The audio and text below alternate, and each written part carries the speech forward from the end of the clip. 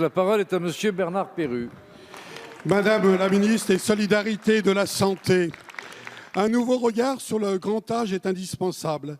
Aider nos aînés à vivre dignement, repenser leur autonomie, prendre en charge la dépendance, voilà une préoccupation pour nous tous. C'est un modèle complet qu'il nous faut réinventer. Mais à quoi va-t-il ressembler ? La loi grand âge et autonomie annoncée à l'automne, puis avant Noël, n'est toujours pas connue. Il ne reste que quelques jours. Quand sera-t-elle présentée ? Il y a urgence, car la crise est grave. Les alertes des personnels soignants sont nombreuses concernant leurs conditions de travail, le manque d'effectifs et de moyens, tant dans les EHPAD que pour l'accompagnement à domicile. Secteur particulièrement touché, où les intervenants, chaque jour sur le terrain, expriment un profond désarroi. Tous attendent une meilleure considération, mais quel espoir leur rapporter, puisque le budget de la sécurité sociale n'annonce rien, aucune mesure concrète pour la future réforme. Nous voulons donc connaître sur ces bancs vos intentions, Monsieur le Premier ministre et Madame la ministre des Solidarités. Répondrez-vous à l'impératif de création de postes dans les EHPAD, dont les besoins sont estimés à 80 000 d'ici 2024 ? Répondrez-vous aux problèmes d'aménagement et de vétusté des établissements qui accueillent nos aînés ? Répondrez-vous aux difficultés d'attractivité et d'embauche des métiers d'aide aux personnes âgées quand on sait que 60 000 postes d'aides-soignants sont non pourvus ? Répondrez-vous aux besoins de financement des services d'aide et de soins à domicile afin de former, d'embaucher et de mieux rémunérer les personnels ? Répondrez-vous enfin aux attentes des familles pour alléger leurs charges ?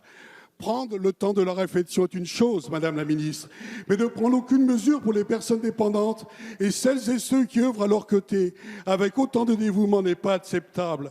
Voilà un grand défi auquel nous pouvons répondre tous ensemble. Nous pouvons partager cette volonté avec vous. Merci, Monsieur le député. La parole est à Madame Agnès Buzyn, ministre des Solidarités et de la Santé. Merci, Monsieur le Président, Mesdames et Messieurs les députés, Monsieur le député Perrut. Merci de cette question, car effectivement, cet enjeu nous concerne tous. Et je crois que nous trouverons un consensus. Et vous avez listé les enjeux, ce qui inquiète les Français. Nous avons tous le souhait de bien vieillir et nous souhaitons tous à nos aînés de bien vieillir. Et j'ai eu l'occasion de m'exprimer la semaine dernière lors des rencontres de la CNSA avec les départements sur la réforme du grand âge et j'ai fait un point d'étape. Je vais partager avec vous les éléments. D'abord, nous avons inscrit dans la loi de financement de la sécurité sociale pour 2020 500 millions d'euros pour les EHPAD, de façon à ce qu'ils puissent recruter et augmentent le nombre de soignants auprès de nos aînés. C'est la première étape. Je l'entends, elle ne suffit pas, nous en sommes d'accord, mais cette étape a été crantée dans la loi. Nous avons annoncé avec Monsieur le Premier ministre, il y a 1 mois et demi, la stratégie Agir pour les aidants, qui a prévu 17 mesures très concrètes, avec un financement de 400 millions d'euros pour la période 2019-2022, dont le congé de proche aidant indemnisé qui a été voté dans la loi, dans le PLFSS 2020. Et puis, nous avons à répondre à l'attractivité des métiers. Myriam El Khomri m'a remis son rapport le 29 octobre dernier. Un travail de concertation est en cours avec les collectivités territoriales et notamment les départements. Tout le contenu des mesures sera présenté en début d'année prochaine pour assurer la mobilisation de l'ensemble des acteurs, y compris employeurs et partenaires sociaux, dans la mise en œuvre des mesures qui les concernent.